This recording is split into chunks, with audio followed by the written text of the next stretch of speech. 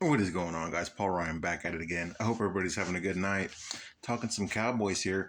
The most notable story that I saw today was Peter Schrager of Good Morning Football, somebody who's pretty locked into most things NFL, um, was ranking the top seven teams, or actually predicting the seven teams from the NFC that would go to the playoffs, and he left out the Dallas Cowboys. Now, from what I understand, at least I've always just kind of assumed, and listening to him talk on Good Morning Football, a show that I actually watch pretty regularly, but I haven't watched in a few years. But Peter Schrager kind of being one of the people that I at least always respected his opinion, I always felt like he had good insight, and he wasn't a hot take type of guy, or like somebody who just said things to stir the pot, or like to get clicks, if you will. Like, he wasn't like a clickbait type person.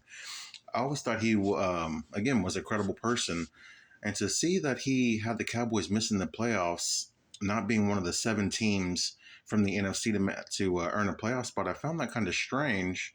Um, just for the simple fact that Dallas is at least a top five team in the NFC. I mean, they're like top 10 in the NFL. Dare I say top three in the NFC, behind the 49ers and the Detroit Lions. So you could even make an argument that they might be ahead of the Lions, or at least tied with them, right? Tied for top two.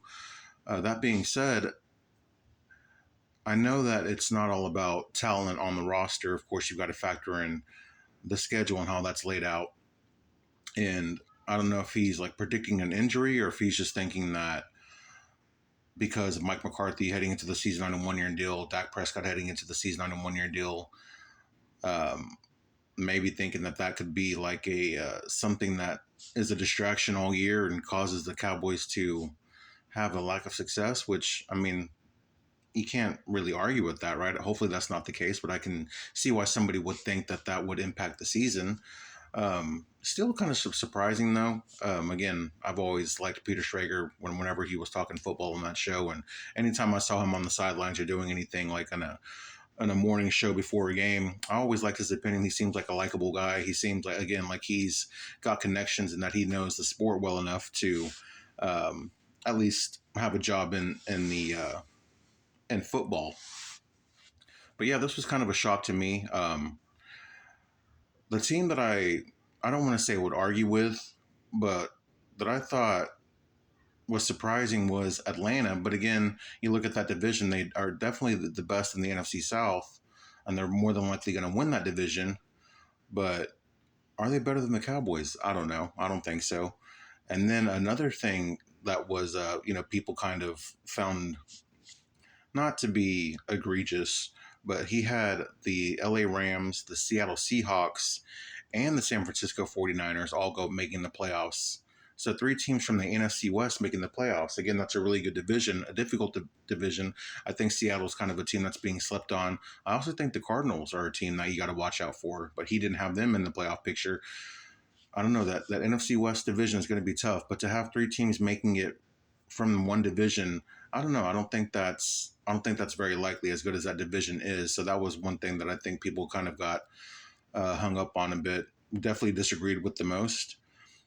And Philadelphia winning the division over the Cowboys, I think you can for sure make an argument. But when you compare their defenses, Cowboys is far and ahead. A lot better. Maybe you could say something about the defensive line, but if you want to compare the defensive line, then you have to talk about the Cowboys secondary compared to the Eagles secondary. And even without Deron Bland, I think the Cowboys secondary is two, if not three tiers above what Philadelphia's secondary is, even with the additions that they made this offseason and the draft and everything. But yeah, it's just it's anytime somebody talks about the Cowboys, talking about missing the playoffs and things like that, you tend to get to kick the hornet's nest, if you will, of Cowboys Nation. Again, kind of more surprising. I think it would take a lot of injuries. Of course, we know that Deron Bland's going to be missing a few games, but even without Deron Bland, it's hard for me to see the Cowboys not winning 10 or more games this year without, of course, knock on wood, another major injury to this team. But yeah, that was something I found interesting. Again, didn't make me angry. Um, thought it was worth talking about, worth talking to you guys. For those of you who didn't see it, I'd love to know what you think. Do you think that the Cowboys might be on a 1 year decline just because of the contract issues with McCarthy and Dak, and those being a distraction? Is it maybe the way the schedule is laid out? I know we've got a tough 6 week stretch to start off the season.